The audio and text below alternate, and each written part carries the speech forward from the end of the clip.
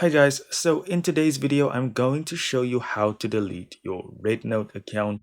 So stick with me because I will be jumping back and forth to translate things and so forth. So on the discover page or explore page, you want to go to the top left of the screen and click on the three little stripes or four little, what is it, three? Yeah, three little stripe icon. So once you've done that, you want to go down to the bottom left of the screen and click on the settings icon. Then you'll be brought here and you want to click on account security. Okay, now from the account security section, you can see right at the bottom of the screen, there's an account cancellation section.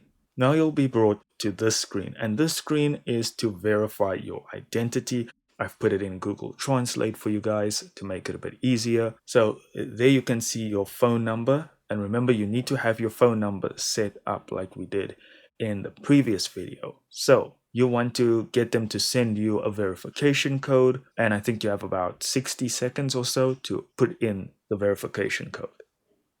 Okay, so there I will input the verification code on the left. And once I've inputted the code, that little grayed out red, grayish, pinkish section will turn bright and I will be able to continue.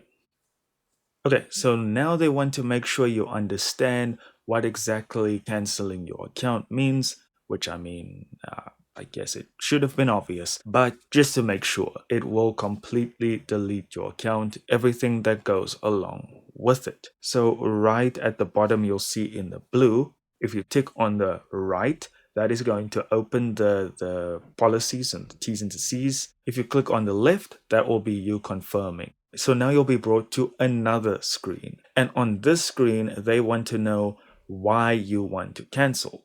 So here I've put the English translation for all the options. You can choose whichever one is best for you. The fastest way to go is just to say, I rarely use Shangshu and don't want to use it anymore.